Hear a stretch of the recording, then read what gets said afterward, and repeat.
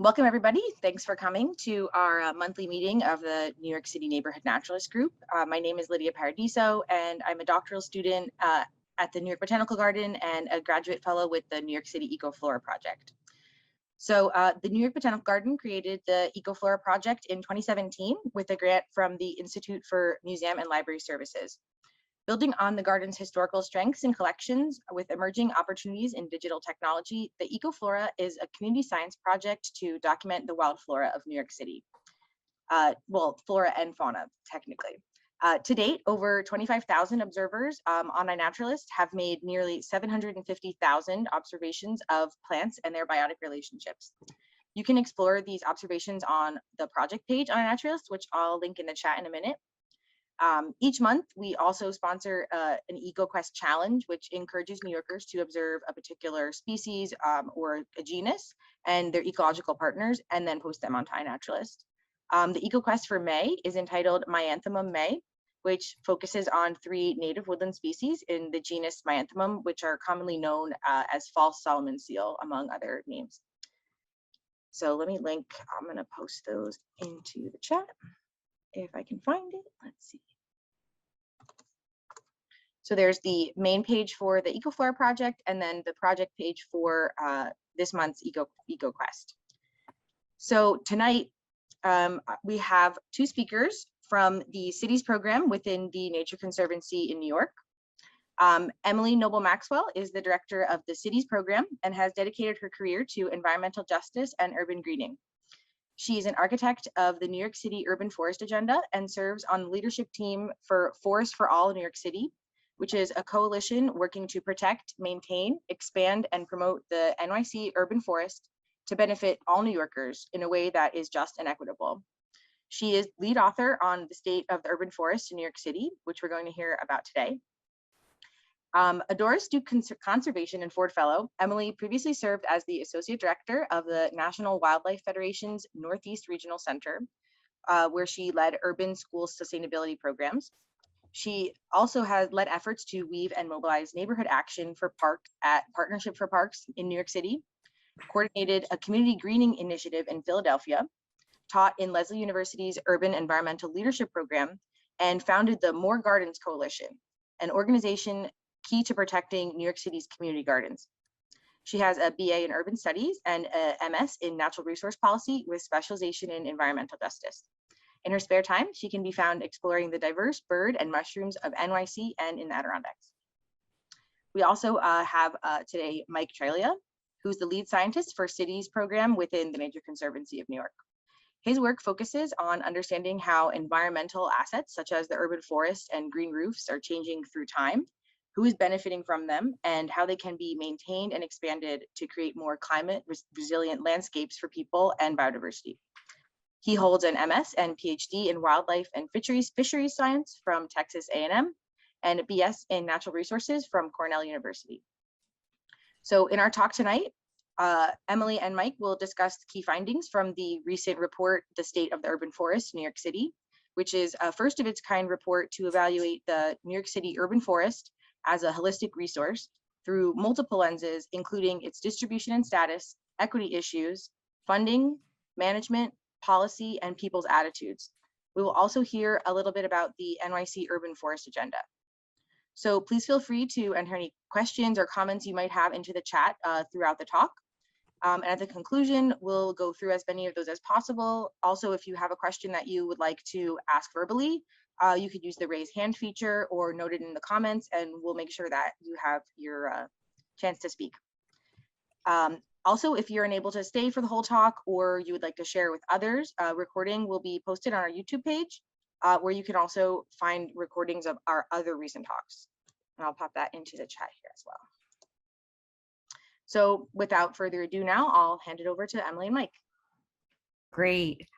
Hi, welcome everybody. And thank you so much for having us. And thank you to Lydia for organizing this fantastic event. It's really wonderful to be amongst what I consider, friends, folks who are really enthusiastic advocates for and enjoyers of and knowers of nature in New York City. So thank you very much. And we're really excited to be here with you. We hope this is a conversation. So Mike and I work for the Nature Conservancy. The Nature Conservancy is a global conservation organization.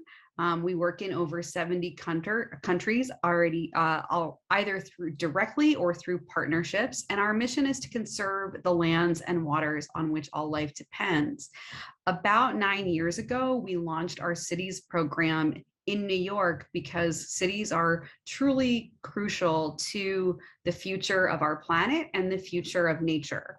One of our flagship projects at the cities program is called Future Forest NYC. And this is really about envisioning a more healthy, resilient, biodiverse, and just New York City, because the urban forest can play so many of those roles. And I'll say that, as a fellow, tree lover and also lover of nature in New York City, Mike and I are going to talk about this system as a whole. We're not necessarily going to dive deep into the fabric of an individual tree bed or an individual neighborhood, but we know that that's actually what a lot of people care about.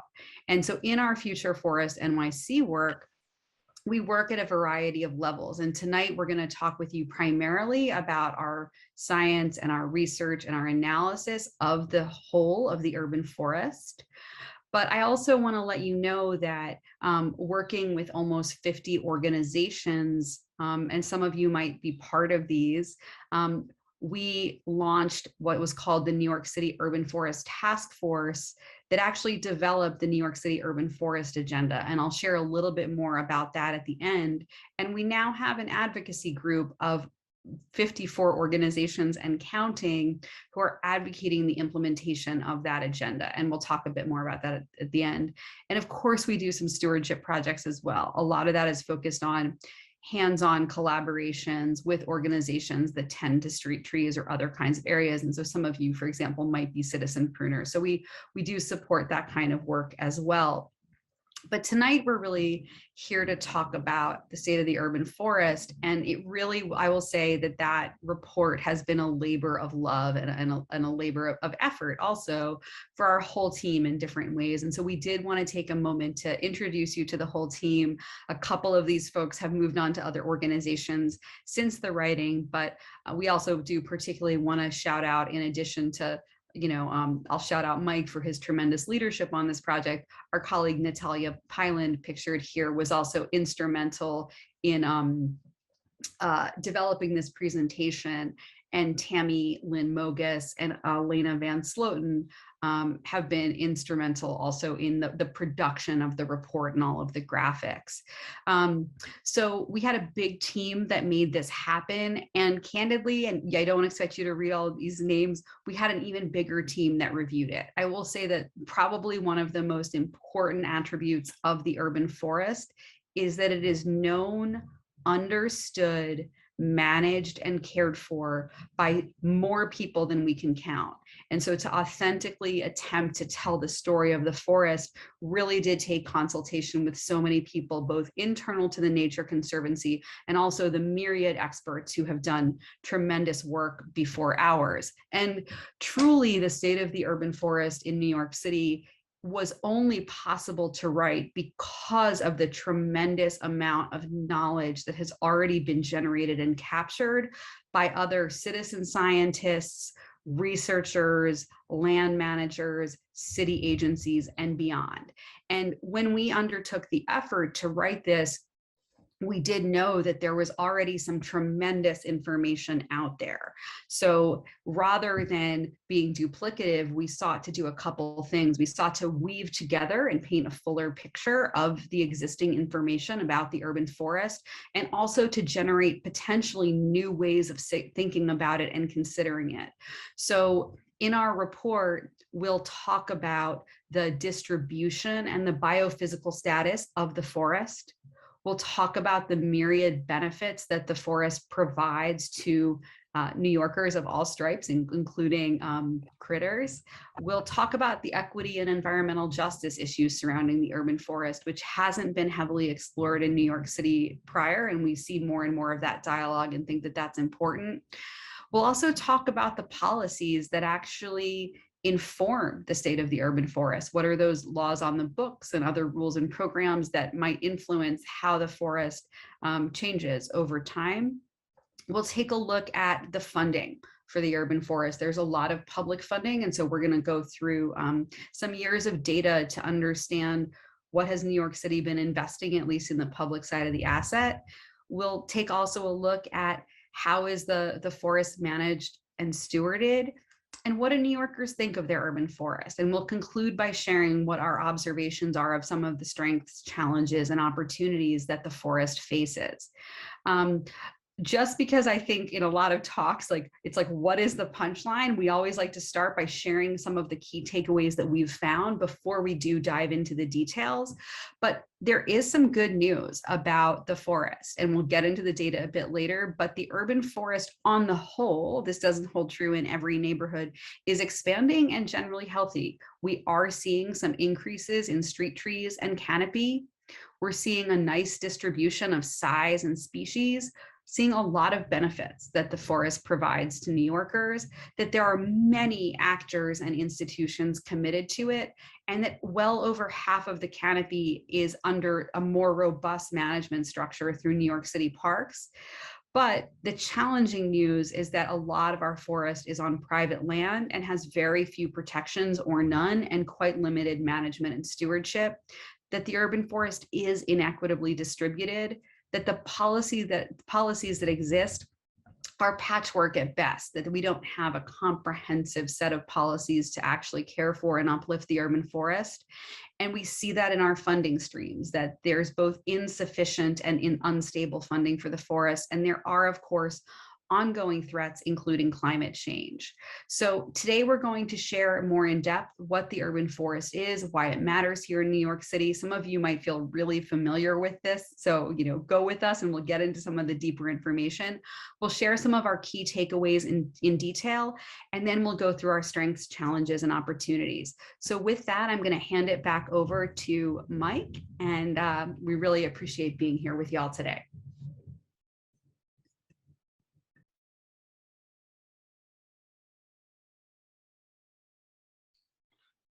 Hi everybody, it's so great to be here. Thank you, Lydia, for inviting us and the introduction and all of your organization of this event. Yeah, and it's great to see some familiar names on this call as well as many new ones. So as Emily said, we really wanted to characterize the urban forest of New York City as a holistic asset, and so we consider it as the over 7 million trees in the city, as well as the physical and social infrastructure that supports them.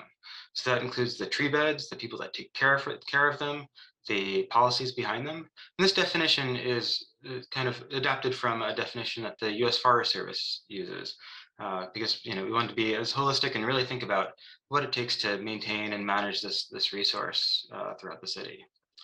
Now, we care about the urban forest a lot, in part because of the benefits. I think there's a lot of reasons that all of us care about the urban forest in different ways. And, I think one thing that, often people, get excited about is the benefits. The trees remove air pollution from the air, especially along city streets. They help sequester carbon. They decrease local temperatures. They absorb stormwater. And they can actually have both physical and kind of mental health benefits, encouraging people to get outside and supporting community cohesiveness.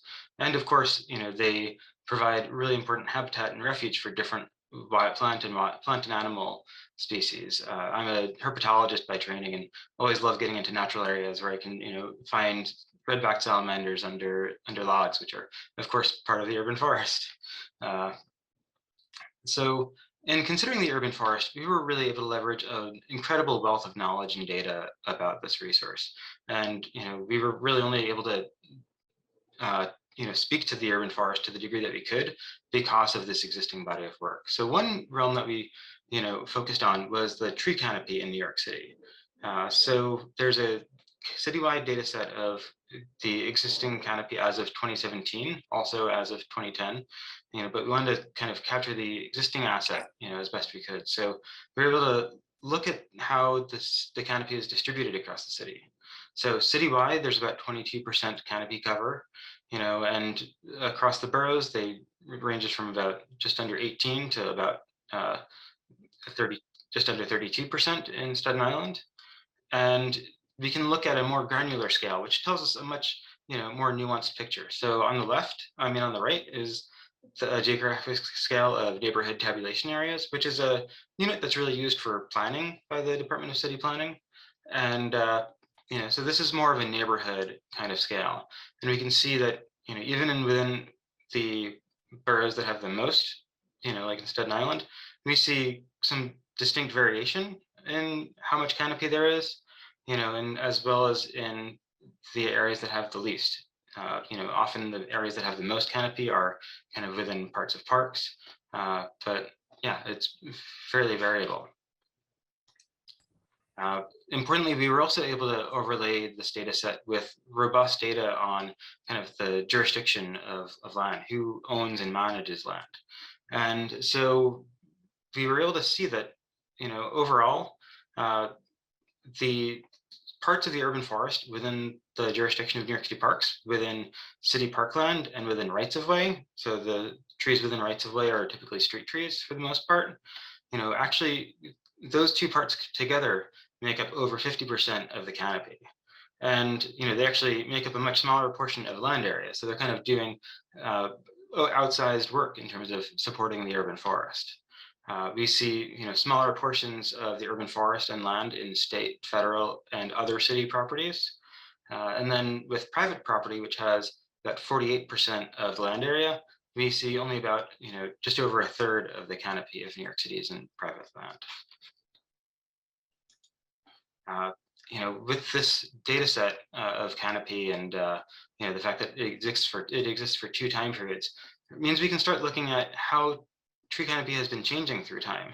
And it's really only with the kind of latest technology that's emerged in the last 10 or 15 years that we can start doing this in a robust and replicable way that's really accurate, that relies on a technique called LiDAR imaging that enables really accurate kind of assessments of the canopy. And citywide, we can see that there's been an increase in canopy cover by about 2% overall. And all boroughs, at the scale of a borough, there's been canopy increase across all of them. When we look at more granular scales of neighborhood tabulation areas, we definitely see quite a bit of variation. In general, again, within these smaller areas, we see that there was canopy gains, but we definitely saw losses in some areas as well. For example, along the Rockaways, the coastal areas along Jamaica Bay, and even Central Park, had actually some canopy decrease, which, some of that, especially in the coastal areas, is associated with Superstorm Sandy. Some of the more inland canopy losses is likely associated with, factors such as major winter storms and other events like that. It's noteworthy that some of the areas that had relatively low canopy as of 2017 had actually seen some strong gains, like in the South Bronx. It's an area that didn't have much canopy as of recently, but it actually had increased a fair bit, from 2010 to 2017. We can see, with these data, we can start to get a sense of what might be driving some of the canopy change, especially in terms of growth. So this image on the left shows kind of what the data really look like. We see, little tiny individual units of new tree canopy gain, and those are largely probably attributable to new tree plantings. We also see, growth of canopy kind of around the periphery of canopy that was there in 2010. And that's, to the best of our assumption and knowledge, often associated with growth of existing trees. Of course, we can't get at this perfectly because, sometimes there are trees planted adjacent to existing canopy, and that's really tough to tease apart. But based on this, it looks like over 85%, as much as over 85% of the canopy increase since 2010, might have been associated with canopy expansion. only about 13% of the canopy gains from 2010, were disjunct, which are, pretty clearly in many cases new plantings. Of course, natural regeneration of trees is an important factor, especially in net forested natural areas. The areas that you might think of more as like a forested stand, but that also might happen in vacant lots and along less maintained fenced edges, for example. In terms of canopy loss, it's really tough to say what are the specific drivers of canopy loss without looking, place by place. But one thing that we know was associated with some canopy loss was Superstorm Sandy. So this is kind of a snapshot of one area that was hit hard by Sandy, and so this is kind of on the northern edge of Jamaica Bay, and the blue represents the area that was inundated by Superstorm Sandy. The white represents canopy loss. The light green is no change, and the dark green is canopy gain. So we can see within the blue boundary a lot of canopy loss, and this is probably associated with inundation from Sandy, as well as potentially winds and other factors associated with that storm. Canopy loss can also be driven by factors such as pests and diseases, other types of storms such as winter ice storms, removal for various reasons, including development. Right, so we can't get really granularly at what was driving the loss, the portions of loss that we did see in New York City, but these are all kind of factors that play together. With other data sets that exist in New York City, we're able to start looking at how healthy is the urban forest from some different dimensions. So one dimension that we can think about is size. So there are robust data sets on street trees in New York City, as well as trees in landscaped park areas within city parkland. And they all have, those data sets have the diameter at breast height of trees, as well as species and such. And we can see that overall we have many more smaller, younger trees than larger, older ones. And that's it's the sign of a kind of a healthy urban forest, and often a healthy forest in more general terms. And that as the older trees, senesce and are impacted by storms, there will be a lot of younger trees there to replace them. And this is just an example of the street trees in Staten Island, but we see this across different typologies as well, including in natural areas where there's, healthy regeneration. We can also think about the species composition of trees that we have in the city based on those same types of inventories. And overall, there are over 280 species, different kinds, including species, genera, and cultivars that we see in New York City. And London plane tree tends to be the most common both in landscaped park areas in city parkland, as well as a street tree. But there's a variety of other species that are fairly predominant as well. But the city's actually been working to plant a wider array of species, which helps support a more resilient urban forest, as different species are more susceptible to different factors. For example, in Superstorm Sandy, in some of the areas that were heavily inundated, red maples actually survived much better than London plane trees. So that's just an example of where different species being, better suited to, different environments for different reasons. So, again, we were able to look at the canopy distribution across New York City, and, while we can talk about the gains and the losses, we can also think about what this means for people kind of on the ground, how people experience the environment differently. And one of the kind of more direct ways we can think about this is with temperature. So on the left is a map showing the tree canopy and other vegetation in New York City, and on the right is a map of surface temperature that's based on satellite imagery. And there's been a lot of work showing that areas with more vegetation tend to be cooler. And so we can see this really pretty obviously. For example, in Central Park, with more vegetation, we see darker colors indicating cooler temperatures. The airports tend to be, very unvegetated and very hot. As is like with the Staten Island Mall, whereas like the Greenbelt in Staten Island, is dark and nice and cool in comparison. I'm a native Staten Islander, so I'll often, bring examples to my home borough. That's right. So this is just one of the examples where people can really feel, what the, physical difference in vegetation means in another way, like temperature. And, on that front, we can think about how tree canopy compares to different metrics in terms of vulnerability. So on the left is tree canopy within NTAs within a quarter-mile buffer, basically to account for the fact that people within a neighborhood tabulation area are also benefiting from the canopy in adjacent areas to some degree. The middle is the heat vulnerability index for New York City, which is developed by the Department of Health and Mental Hygiene and represents kind of community vulnerability to heat waves, really based not just on temperatures, but also on socioeconomic considerations.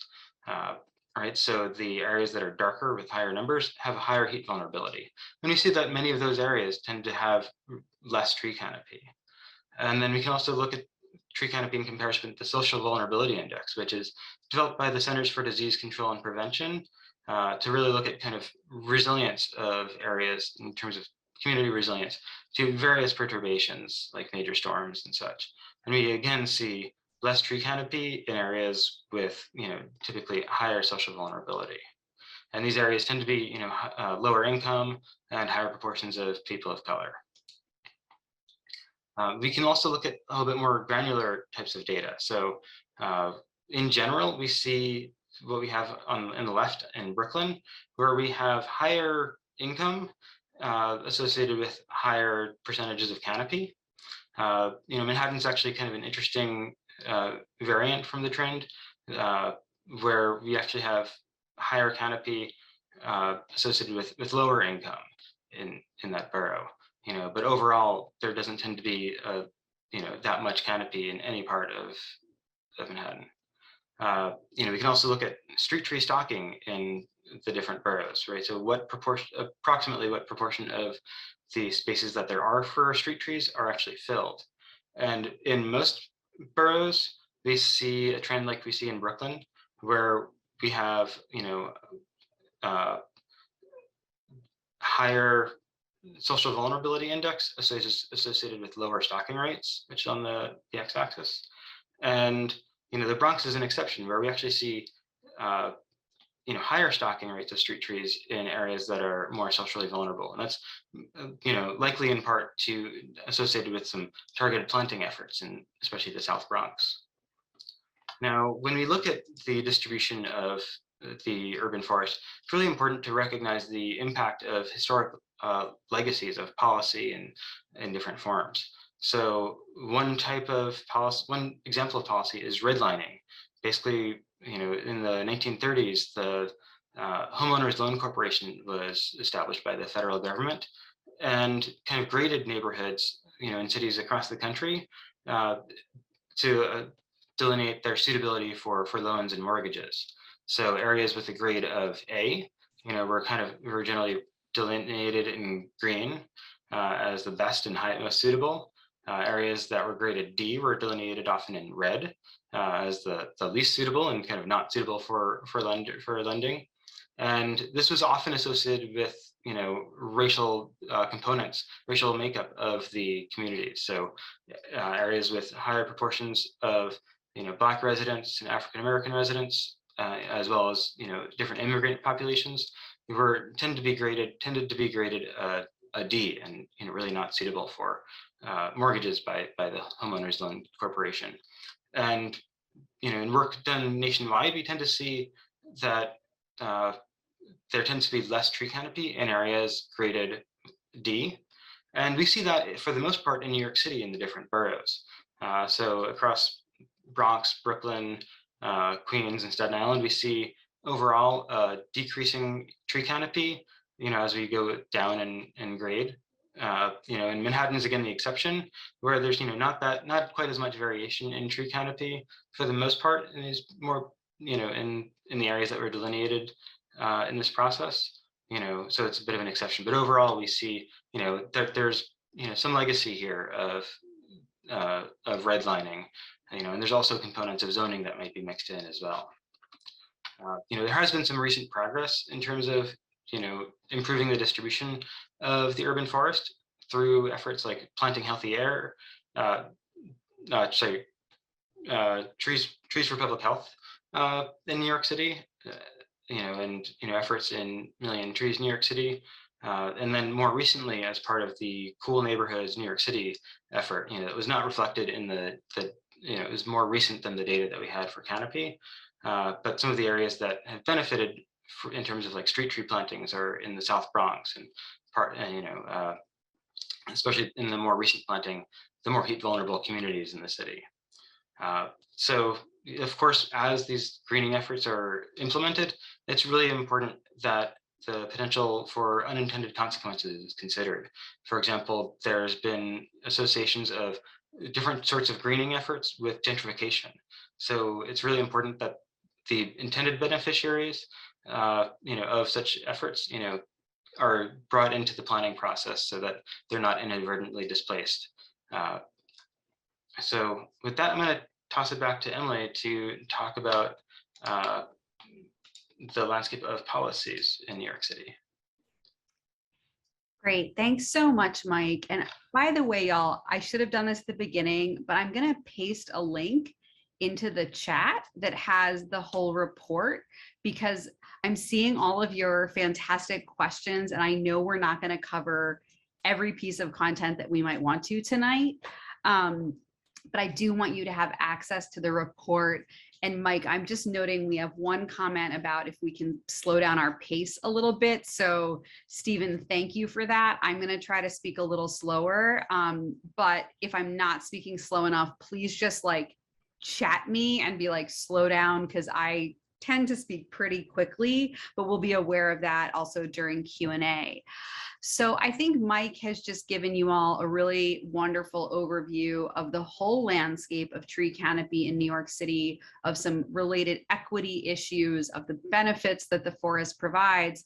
But what I sort of want to go over, and some of your questions actually get at this, is one of the reasons the Nature Conservancy undertook this project is because, frankly, in some ways we view the urban forest as an asset at risk.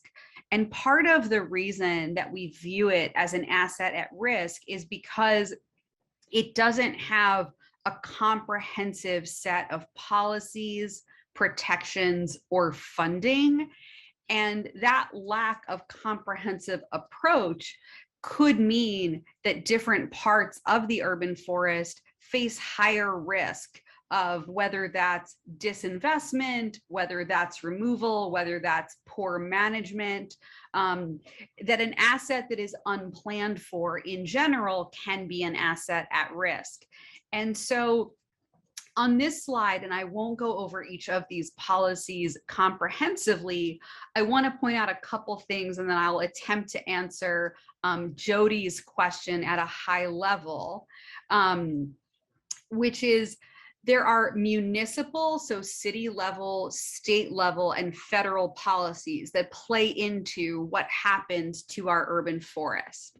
And the way that it is currently regulated is at various scales and various parts. So, and I'll get into this a bit more later, but the most highly protected parts of our urban forest really are those which fall under New York City Parks jurisdiction, which is that 53.5% that Mike described. But of course, even those can face some risk, and removal is not regulated against, but there are replacement requirements on a lot of that forest type, whereby if there is required removal that is permitted, there is often associated required replacement.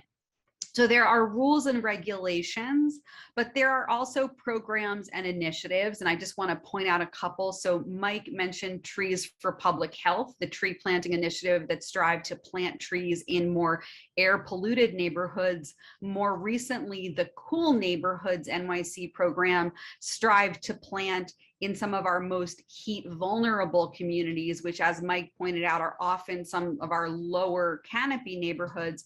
And then there are also the ongoing strategic plans that, whether that's our green infrastructure plan, Plan YC, which is now One NYC, and we'll see what that's called under our new administration.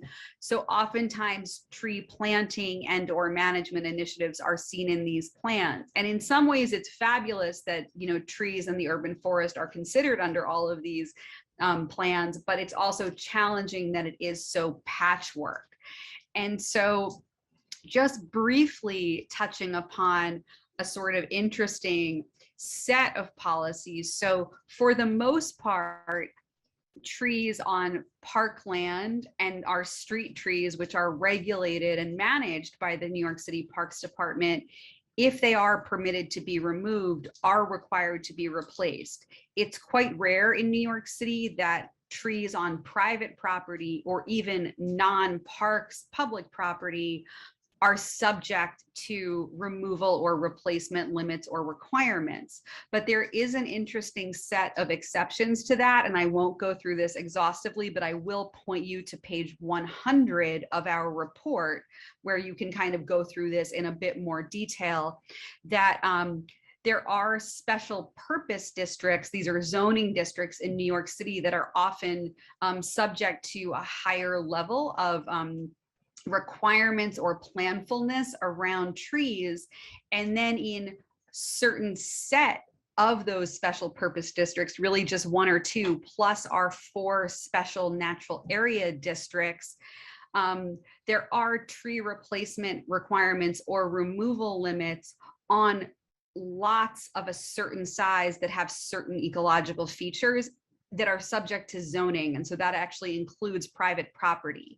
Yet this is not comprehensive, and candidly, because this can apply only in certain areas, actually sometimes those property owners can feel that this is unfair, that they're kind of being unfairly singled out for requirements that other areas aren't subject to. And so again, this patchwork of policy and kind of confusion and uncertainty can actually lead to some public dissatisfaction around this landscape. If you're not into the details of policy, you can simply take away, we don't have consistent policy, and this is a confusing thing for our urban forest. So I'm just trying to advance the slides here. Let me see what, there we go, great. So again, coming back, yes, that is, sorry, I'm seeing the chat. So this can bring up feelings. And, one of our goals here is to help illuminate information and make it transparent and consistent so that we can have a landscape that protects our urban forest and also is more predictable in some ways for property owners, both public and private. So I do just want to refresh us for a moment, and Mike and I will kind of lead with this information a lot. So our Parks Department does manage over 53% of our urban forest, but a very high amount of our urban forest, nearly 36%, is in private hands and almost wholly unregulated, except for that exceptional, those exceptional districts that I just described to you. And then of course, there are other city agencies, state and federal, that do manage and have jurisdiction over the forest. So I mentioned, of course, our special purpose districts here. This can just on this map point out to you some of these areas where there are these extended regulations that apply to all zoning lots, both public and private, that again either limit removal and or require replacement in these areas. And this, they were designed this way because they do have special natural features, but I think one could call the question as to, like, are there equity issues, and should we be considering replacement or removal limits, replacement requirements or removal limits across the city on all zoning lots? And that's more of my commentary, and we can get into that when we talk about the urban forest agenda. But in addition to this sort of like uneven policy landscape that does provide for some areas being much more regulated and some being much less, and therefore the urban forests at those less regulated areas being more at risk. We also took a look at the funding of the urban forest over the past many years, and I'm going to show you some different time scales, but over the past 5 years or so, we can see that the New York City Parks forestry budget, the other than personnel services, so this is how do I say this? This is maintenance, but that's not personnel,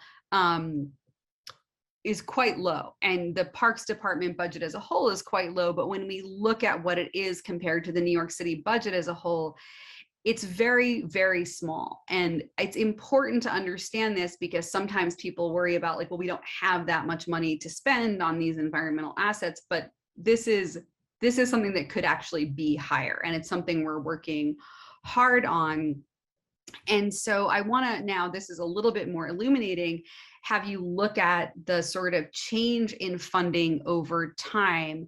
And for you to see that basically both the capital budget, right, which is the upper line, and the lower line, which is that like OTPS or operational budget, they are very up and down. And of course, that trough at the time of COVID was very low, but candidly, it's not that much lower than some of the other low points that we've seen. And we know that the urban forest is often first cut. And, I can talk a little bit about the state of the budget this year, which is to say that right now, in the planned executive budget, there's very limited funding on both the capital and the operational side for our urban forest. There is funding in there for the planting of 20,000 additional street trees, which is about on par with what is planted annually. That's not like a huge increase. And there's actually not a lot of money for other critical services, like, for example, the management of forested natural areas or the restoration thereof. And so with the city budget, because some of these basic expenses, right, of both ongoing planting and management and operations aren't baselined, they are subject to fluctuation every year. And that's sort of problematic when you're trying to plan for an asset that really is has long-term needs. I'll mention that there are some private sources of funding that people use for the urban forest. Some of these are at the hyper-local level, and some are at the broader level. We have crowdsourcing opportunities. You have folks on blocks who raise money for their tree beds through groups like IOB or other crowdsourcing funding. You have small grants through institutions like city parks foundations and partnerships for parks that try to elevate local prerogative. And in the case of Million Trees NYC, New York Restoration Project raised a tremendous amount of private capital, particularly through their leadership, to do some ongoing plantings. And that was hugely important. So we also do believe that there does need to be private investment in the urban forest, but that the public budget as it stands is insufficient and insecure.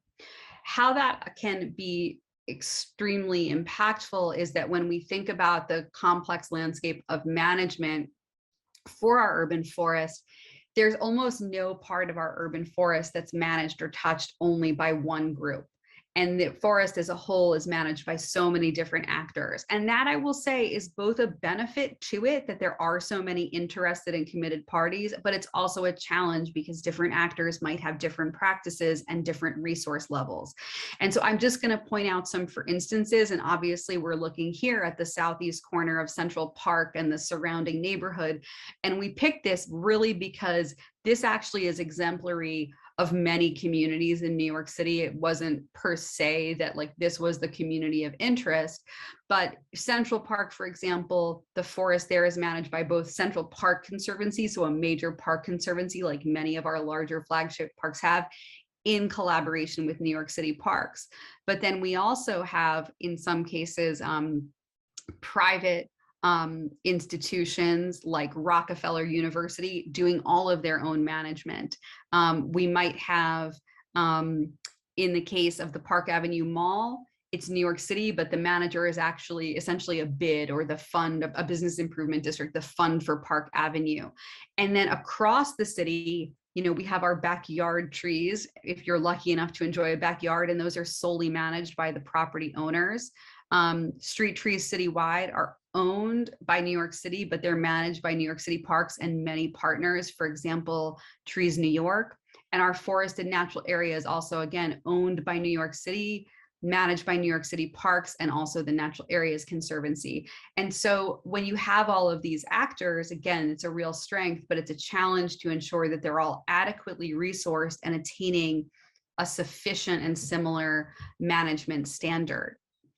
New York City Parks, I will say, obviously any city agency can have its challenges, but I think they do yeoman's work in working to manage our parkland and our trees. So they manage landscaped park trees. So those are like the big trees that you see in the middle of Sheep's Meadow, for example, in Central Park. They manage our forested natural areas, and they also manage street trees. Street trees are, pruned and inspected typically on a 7-year cycle, unless you have a call in from 311 about something emergent, and then they're bumped higher. But our in-park trees actually they need more funding for a more regular management and pruning cycle. And then our forested natural areas, as many of you probably know, are managed now in partnership with Natural Areas Conservancy, that is effectively the conservancy partner that helps raise resources for both the capital and the restoration of natural areas, and also the ongoing management needs, ranging from invasive species management, which I see as a question here, through trail maintenance and management and programming.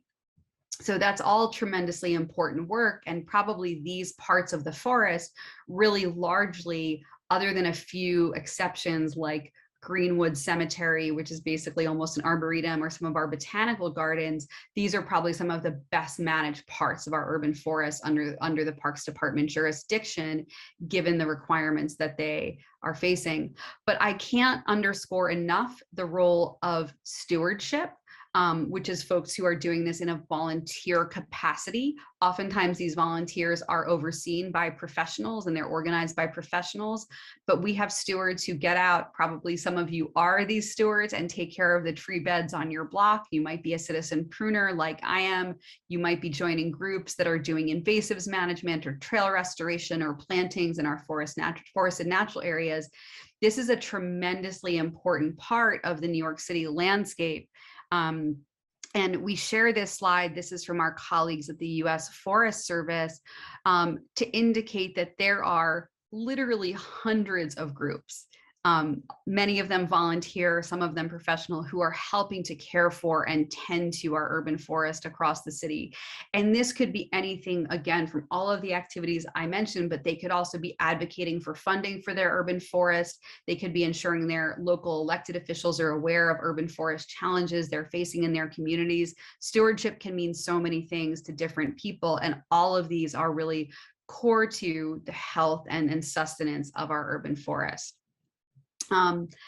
But one of the things I'll say that as we were doing this research, we always like to remind people of is we don't have enough information about this, but largely people do actually like trees and nature. We can see this in the handcrafted signs, made by everybody from the smallest kid on the block to the most sophisticated artists that don our street tree beds, kind of imploring people to keep the bed clean in a variety of ways. But research also tells us, and while the research is limited, that in cities, many people do really care deeply for their trees. And recent research, as well as much past research, also indicates that one of the primary reasons that people go into our parks and open spaces, and this was especially true during COVID, is because of being able to find shade and respite. And so without our trees, we don't have this shady respite that people crave, particularly during this global pandemic that we're facing. I do want to say that this is an area where we need to know a lot more. And so in our attitudes chapter, which is quite short, it's almost the penultimate chapter, while we're able to articulate a few things, a lot of that information is extrapolated from other cities. We think it's important to understand more about how people think and feel about trees, and to actually disaggregate that. The difference between how somebody feels about trees who enjoys, having a large, well-maintained park near their community, their home, might be different than how somebody feels if they have not great trees on their block, or if they have their own trees in their backyard. And understanding those different perspectives in order to develop policies and programs that can truly create a healthier urban forest for New Yorkers is actually really important. But the public is engaged. The public does call 311 about trees. That can be a call for appreciation. It can be recommendations. It can just be information or needs, and it can be complaints.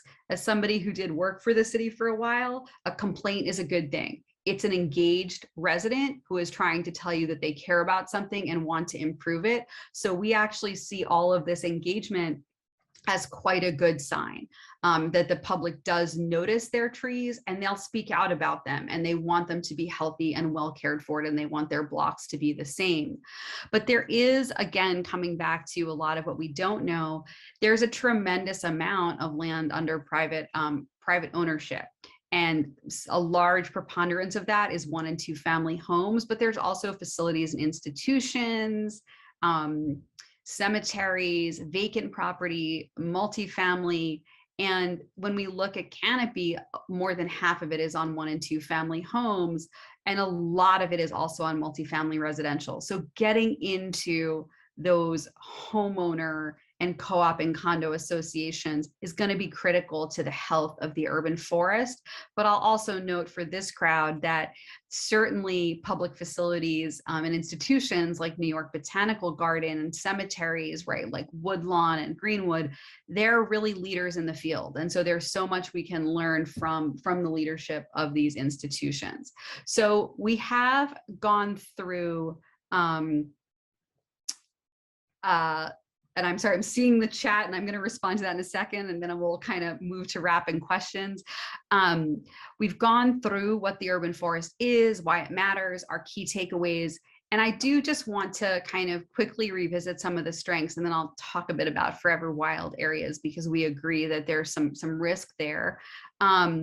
So the forest is healthy and expanding with many kinds of trees. There are diverse people and institutions stewarding the forest. There's strong leadership from New York City Parks. And again, here, institutions like New York Botanical Garden. There are expansion opportunities. The inequity is a real challenge. The patchwork policy is problematic. The insufficient and insecure funding is also problematic. We need to know a lot more about people's attitudes, and of course, adapting our palette to be, tolerant and even adapt to climate change is critical. And of course, the ongoing need to manage pests and diseases is crucial. So I want to talk for a moment, and then we'll get to open questions about the New York City Urban Forest Agenda. And that's obviously not what we're here to talk about, but after I finish speaking, I can also throw a link into the chat that has a link to it. But the Urban Forest Agenda was really formulated to actually address some of the challenges, both that we've cited today, and also that you all have noted in your comments and questions.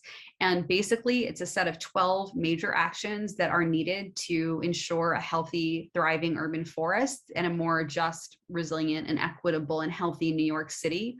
Our first action, though, as Mike noted, the current canopy cover is at 22%. We believe that that canopy should be expanded to 30% by 2035. It's an aggressive and ambitious goal. It's a bit visionary. It will take the engagement of private property owners as well as the public sector, but we actually believe it's crucial in order to achieve the benefits of the forest, like cooling and other key benefits, and that this has to be done in an equitable way. So if you have concerns about the urban forest, we would definitely encourage you to take a look at the New York City Urban Forest Agenda. If you're part of an institution or a group, however formal or informal, you can join Forest for All NYC as a group. We're not yet a coalition of individuals, we're a coalition of organizations, but your organization can join Forest for All NYC and help advance that. And Natalia, I see your comment. Yes, I mean, we couldn't agree more. There are some neighborhoods that are simply underserved, and it's crucial, and we'd love to figure out how to support folks in those communities to help advance that. And to Jody's point, we do actually understand that Forever Wild is, while it is literally called Forever Wild, is not as secure a designation as it ought to be. And we're exploring the idea of trying to ask City Council to pass legislation to actually secure that as truly Forever Wild. So with that, I do want to make sure we have plenty of time for questions. I think, Mike, we talked just a wee bit longer than planned, probably because I paced myself a bit more than usual. But if you do want more information on any of this, a great source is Forest for All NYC. The State of the Urban Forest is there. The New York City Urban Forest Agenda is there, and a lot of other materials and information is available. So with that, I guess I would say thank you so much. And I don't know if we want to take down the deck for Q&A or how great. So perfect. So I guess, Lydia, over to you.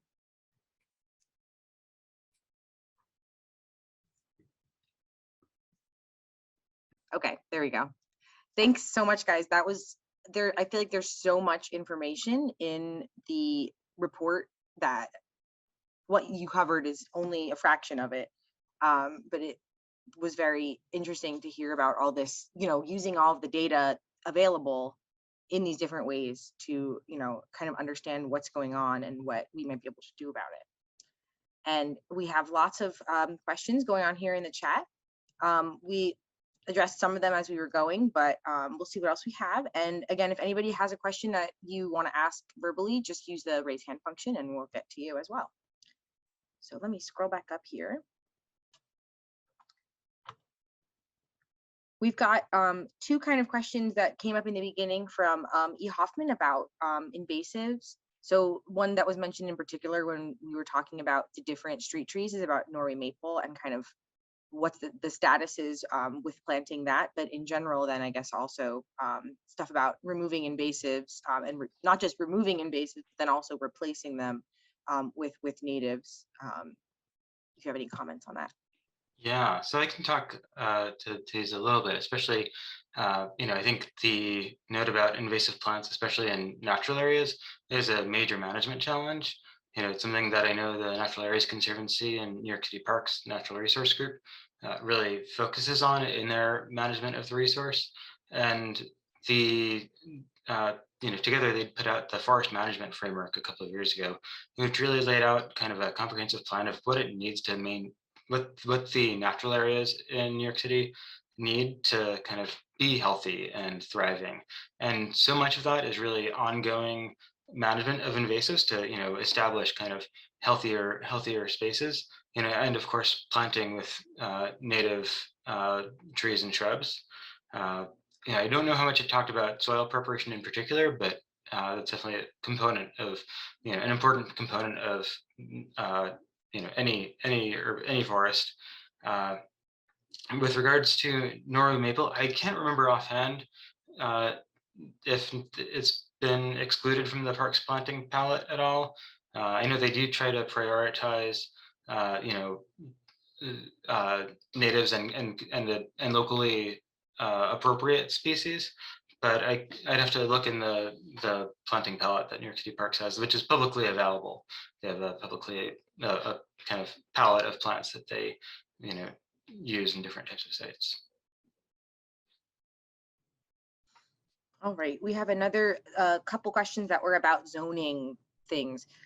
So I think we addressed the Forever Wild, but Jody asked about also the special natural area district zoning. And then we also had a comment from Chris also about the extended natural areas and how those are designated and how those might be able to be used with parks adjacent lands. Yeah, I could talk a little bit more about this. So with the special natural areas districts, I did touch on this a bit while I was speaking. So basically in those districts, because they have special ecological or geological features, they've been sort of carved out. And in those areas, all property that's zoned, so which can include public and private, is basically subject to like either removal limits and or replacement requirements if trees are permitted to be removed. And so I think that the point I was really making there is like, in a way that's terrific. And then the challenge is of that other areas where maybe they even have less trees, right? So maybe they couldn't have been designated as special ecological areas to begin with because they're already under canopied, or for other reasons, they're not subject to the same removal or limits or replacement requirements. So there's a bit of an equity issue. And then sometimes folks within those districts can feel like they're overly regulated. Whereas if we had a blanket kind of policy, that might be beneficial. But of course, we want to protect more special areas, but there's a little bit of a perverse incentive going. I hope this isn't too ignorant. I don't think I know the term extended. I'm just looking to this question that you just got at. I don't know that I know that was just me. That was just me misnaming it. I couldn't remember exactly what it was called. So. Okay, so I think then the special natural areas districts, or sometimes special purpose districts, does that fall into what you're asking about, Chris? Yeah, that's exactly what I was asking about. And I think of it like my neighborhood is a low density area that extends for miles south of Prospect Park. And there's a lot of wildlife here. And if you look at it in the satellite photos, you can see it in whether you look at it as canopy cover or even temperature and things. There's like a landing strip leading to Prospect Park. So the migrations and all these other things, it's clear to me that this neighborhood is a really important piece of why Prospect Park gets so much. And so, and because it is all like 1 and 2 family homes for the most part, a lot of all the private landowners and stuff, I think it's possible that people here could be receptive to, especially if they can get trees, right? If they can get free trees, a lot of people are taking advantage of the tree giveaways. But we do need more native trees. And we also need people to be removing invasive plants from their properties. Yeah, and so I'll just make a couple of reflections on that. And thanks for kind of clarifying your interest. So one thing I am aware of is that New York Restoration Project is partnering with Brooklyn Public Library to be giving away trees. So I know that's not right on your side of the park from how you described where you are, Chris, but it's just on the other Grand Army Plaza side. And I would encourage you to, share that information with your neighbors, try to take advantage of that. And I think NYRP has been increasingly conscious about species selection and native. I don't know that all the trees will be native, but they should at least be like thoughtfully selected for this environment and kind of local needs. In terms of, could that area be a good candidate to be a special natural areas district? I think that, there's a couple of ways we can think about it. So, I always encourage people, talk to your community board, talk to your local council member. How often zoning districts get planned for is through the Department of City Planning. They have primary responsibility. So you could also call whoever your liaison is in your borough to city planning and indicate that this is an interest, try to understand, like, is this something that's possible?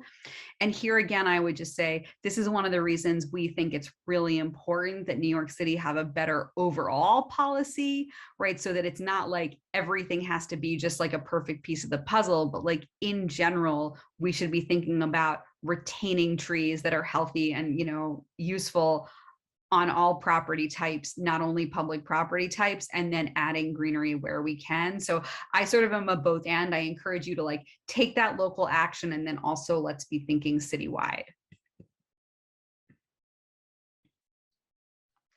All right, we have a very interesting question here from Christina that says, are we not pouring more and more time, money, and effort into curating smaller and smaller crumbs of urban forest while big nature is being dismantled faster and faster?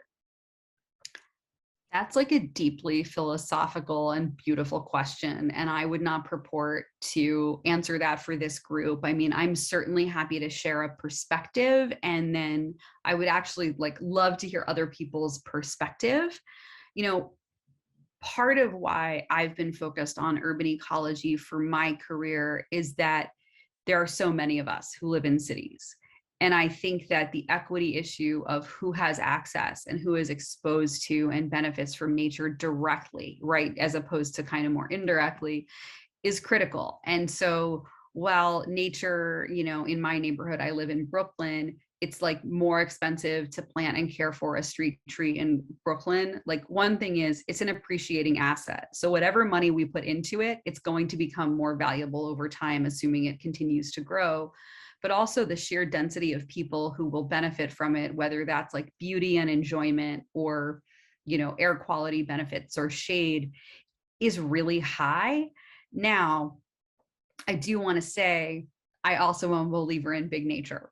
And so do I believe that we also need to be making significant societal investments in big nature, continuing to protect it, restore it, maintain it, provide access to it? Absolutely. So I think my maybe unsatisfying answer to you is I'm a both and person on this. I think that by actually investing in healthy local nature in cities, we can actually offset the pressure from big nature also. If we continue to have cities that are increasingly unlivable, that actually creates more pressure on landscapes beyond cities where people might move in kind of suburban and or ex-urban, and kind of inappropriate rural development. So I in no way want to minimize your question. I think that it's deeply important to consider trade-offs. And I think there's a world in which hopefully we have both. And I would make a comment on that also. I think all these programs and the EcoFlora project, for example, I think people need to have, some people just naturally will want to kind of care about nature and want to conserve, but there's a lot of people that need a reason, I think. And so giving urbanites kind of direct kind of reason why they should be caring about nature then can have this kind of cascading effect of then you start to think about your carbon footprint, and then you start to think about, all this other kind of stuff. So it goes from there once there's a personal reason to care about it.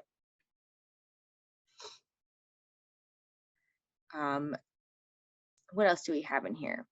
Oh, thanks, Mike, for throwing in there about the Nori maple. So I guess it's not on their list. They're not planting it.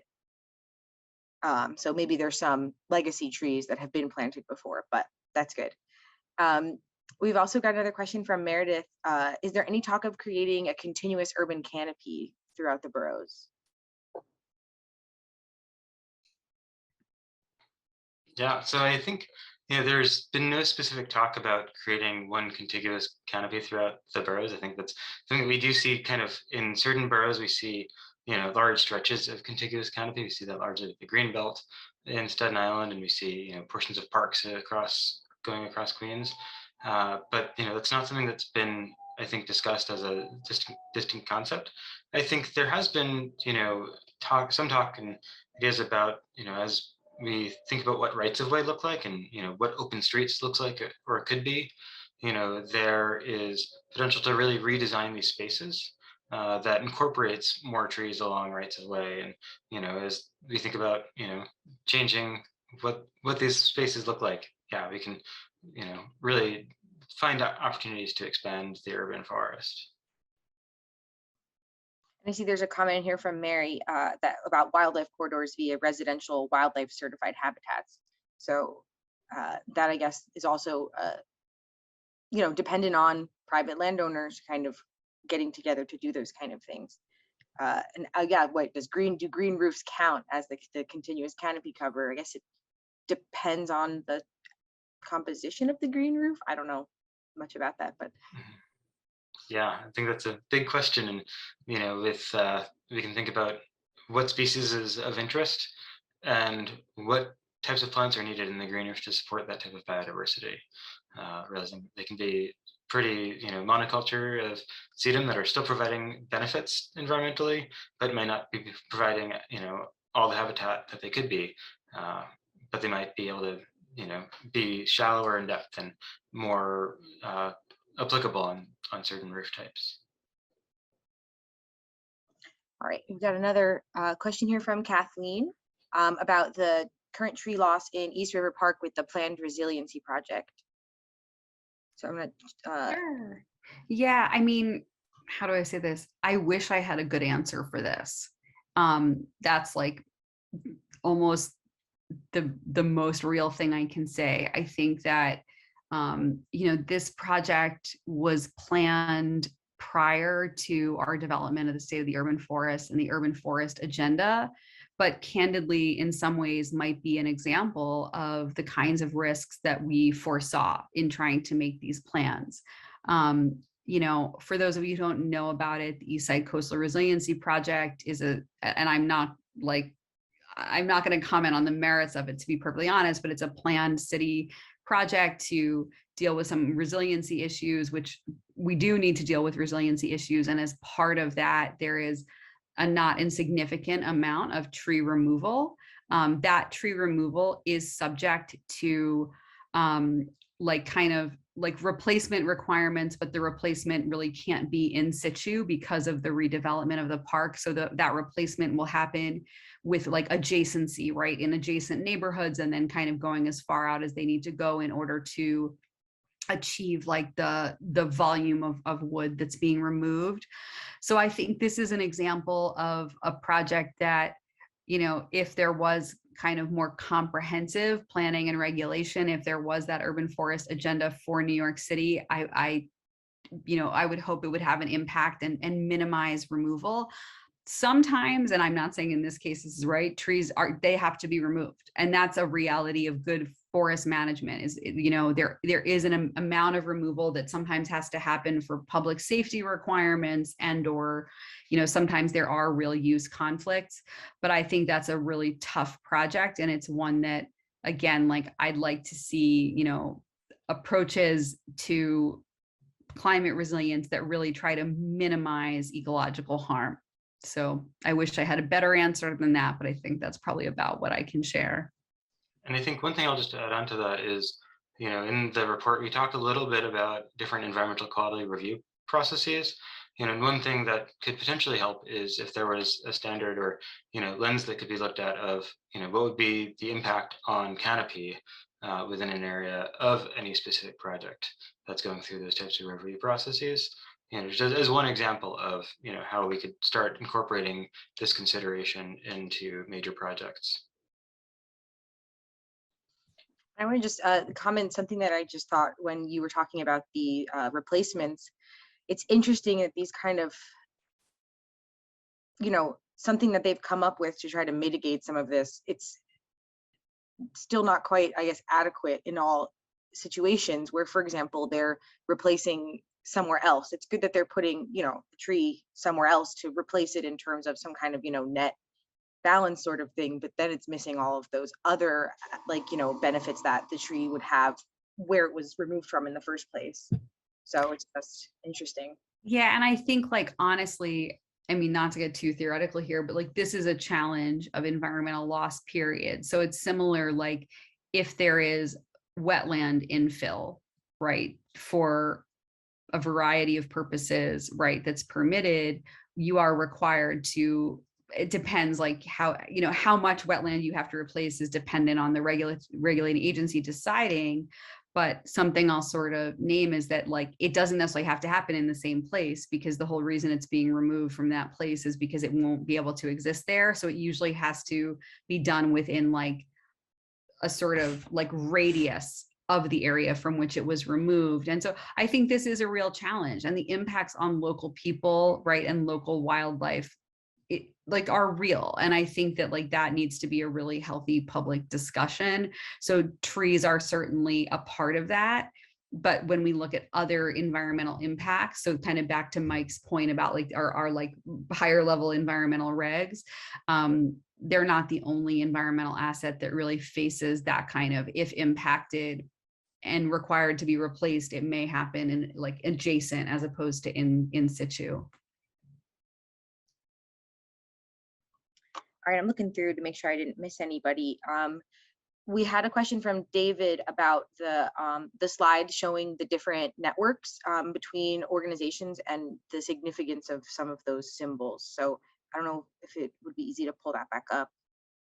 We could take a look at that.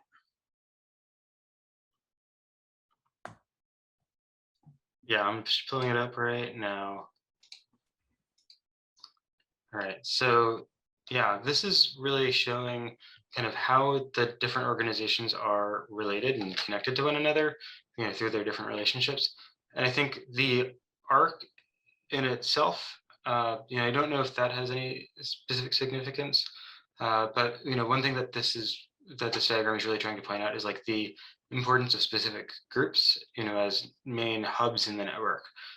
For example, Partnership for Parks, you know, has kind of lots of connections to itself, you know, and New York City Parks has the most connections, and it's like, you know, really like a really important central hub in this realm. You see some of the others, you know, a little bit smaller in scale, but the Waterfront Alliance, DEC, DEP, for example. And so I guess there's a bunch of organizations that have small interconnections, like the whole like arc on the side. This I think is something I want to look at on the in the publication. Yeah, and the full report that this is from is available online. You can search for the citation that's at the bottom and be able to find it. So yeah, you can find that in the report. Great, thanks for pulling that back up. All right, we've got some other just comments in here about the things we've been talking about, comments that, you know, the list with those approved street trees, it's true that there are many non-natives that are on that list. And I don't know, you know, again, whether that's kind like what goes into kind of planning that, whether it's historic kind of legacy, or these are trees that are easier to take care of, or they're easy to source. I don't know if you guys have any insight into that. I can certainly say a few things, and I definitely can't speak on behalf of the Parks Department, but my sense of like planting palette is we have a fairly wide planting palette in New York City, and I think part of that comes from the fact that there was a time when the planting palette wasn't very broad. And so like if you look at certain age classes of trees, for example, trees on NYCHA campuses, you'll see a huge amount of a very like homogeneous age class of London planes. And so I, you know, in my view, as somebody who does think about the diversity of a system, having a diversity of species is probably to the benefit of the forest. You know, I think that, you know, obviously this is a group who cares tremendously about native plants. And I'll just like name, I also love native plants. My own training and experience, I don't know that I think that we should or can only use native plants in our palette in New York City for a variety of reasons. Like the landscape has been so fundamentally altered that it may not be conducive, right? The conditions may not be what they were for our native plants. And also as the climate changes, actually the plant palette will also have to shift. Now, that said, I think one of the most exciting like projects or kind of approaches I've seen is there's a tremendous amount of native seed collection that happens in our forested natural areas and also our wetlands that are then used to cultivate natives for replacement for or ongoing planting and restoration efforts in our natural areas. I think that's like tremendously important, and that like absolutely we should continue to do that. There is also a regulation on the books that has to do with the Parks Department prioritizing native species when possible in their own planting. And I think that's something that like can be relied on in many cases. But I think, you know, ultimately we kind of have to balance what will survive and thrive in these different component parts of the forest. So in our forested natural areas that perhaps have the conditions in which natives might thrive, absolutely that should be a top priority. In areas that may not have the right conditions, I think that thinking about the appropriate plants for those conditions is probably also very important, though I realize that could be a disappointing answer for this particular crowd. And my own backyard is like all native, and it's something I really love, but thinking about the whole system, I think I've opened my mind to understanding that we might need a combination of different kinds of species. Yeah, very, very well said. I think that that's an interesting perspective that I kind of didn't, didn't take into account when we were thinking about this just now, about things like the climate changing, and about that, something that was native when all of Manhattan was a forest. It's not the same conditions now. If, I know, for example, that a lot of the tree pit sizes are like woefully inadequate, and there's probably certain kinds of tree species that they just wouldn't be able to survive there. So, and at least we have the diversity of plantings to kind of make up a little bit, I guess, for that it's not also then just all the same London plane, for example. What else we have in here? Also interesting, actually, from Chris about East River Park being a habitat for a state listed bumblebee species. I wonder how that came into play, because I know that often that it's more about the habitat than the individual species to for the kind of protection efforts, and whether that they had to do some kind of study before they started doing this project, and how they're dealing with that. Sorry, Lydia, it's Kathleen. I have my garden in the East Village, and we're halfway between Union Square and Tompkins Square. So I really kind of been watching what's going on in the East River. And, your point is well taken about everything can't be native. I mean, I try my best, but one of the things I've seen with the destruction of the park is that the pollinators are coming to me, the birds are coming to me. With the spring migration, I'm hosting so many birds. And, just as living in an apartment building, we're trying to balance construction on all sides with, I have to tell everyone, because people don't think about it, that, all these birds are literally nesting next to us. And, we're trying to take up the slack for what's happened over in the East River, and pollinators wouldn't necessarily come over here. We have them. So we've just, on a very small scale, seen tremendous change with the loss of the trees along the East River. And, the project needs to happen. I mean, look at what happened in Tompkins Square Park 2 weeks ago with those elms coming down. I mean, it's another example of the trees were 175 years old, and just literally toppled with the last storm. So I think that this balancing act is, it really takes an enormous effort from people who have gardens, especially in the East Village right now. But I think just one last thing I would say to Emily and Mike is there's a hidden pocket of people you need to talk to. And those are the exterminators who come to all these buildings, and the supers who care for all these buildings. They have a very different idea about how to care for trees, how to care for any kinds of plants.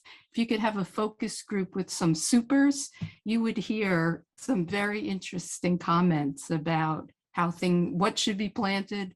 And, it would be very eye-opening for you.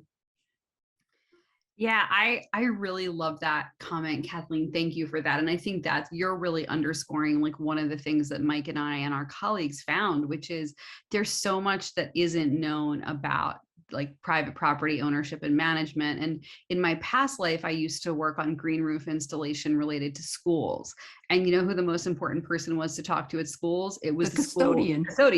Yeah. And that was who we spent our time talking to, because that's who we needed to have on board. So I love your instinct. We're hoping to have more of that kind of work over time. But I also want to say to the earlier parts of your comments, like what you're describing, that's why we need to make sure that trees on streets, in community gardens, are resourced just as well as our wonderful trees in Central Park, in our forested natural areas, because, while we haven't maybe quite gotten to that vision of the contiguous canopy that like one of you so beautifully mentioned, Right. their connection isn't always totally contiguous, right? Not for all critters. Different critters need different things. But I think that like thinking about the connectivity, even if not 100% contiguous, is so important. So I just want to appreciate what Yeah. you're doing and what you just Oh. described, because we really need, like many of us, to be taking care of our homes in that way. Right. Thank you. And I'll just add in, I know there's a comment before in the chat about the urban heat island effect. There's been really good work to show that to reduce the urban heat island effect, we actually need about 30% vegetation in a fairly small area to see that reduction. And so that actually scales up to a lot, or at least 30% vegetation kind of in every little part of the city. And the urban forest is a really important way that we can make that happen, as well as green roofs and other infrastructure. And I'm so glad that there is a place for these pollinators to go, even if it's not quite where they were used to before, that they're coming in, they don't know that there's been a project going on to get rid of all the trees. They're already there. That it's really fantastic that there is still areas that they can go. Well, I'm sorry to talk again, but my husband was out in our garden and he said, Kathleen, you have to come outside. There are killer bees out there. I don't know where they came from. You need to do something. And they're no more, they're losing the East River and Stuyvesant Cove, so they're coming over to me.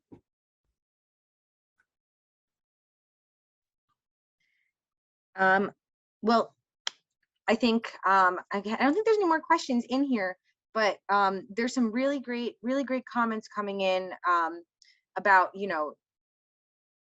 different things that we've been talking about, people's different experiences, and that's really great. I'm glad that we could all be here today to hear Emily and Mike talk and have some conversations now about all these different kinds of things. And I think it's good that, again, like like I said before, like everyone is a stakeholder in all of this, and we can each do, there are some of these kind of course, bigger reaching things that have to be done by organizations and governments and groups of people. But at the same time, there is a lot, I think, that we can do individually in different ways, indirectly and directly, to kind of start to kind of mitigate or, slow down some of these processes that are kind of going on, and be able to, hopefully see some of those changes on a small scale up to kind of a larger scale. So with that, I think we'll close it out. Thank you again, Emily and Michael, so much for coming and speaking with us. We've got the link to their report and some of those other resources to check out. Lots of more information there. And if you guys want to maybe throw your email address or contact info in there, if anyone has any questions for you guys, that would be awesome. Thanks so much for having us, Lydia, and everyone. This was wonderful. Agreed. Thanks so much. It was what a wonderful time. All right. Stay well, everybody. We'll see you guys all again soon, hopefully. Thank you. Bye-bye.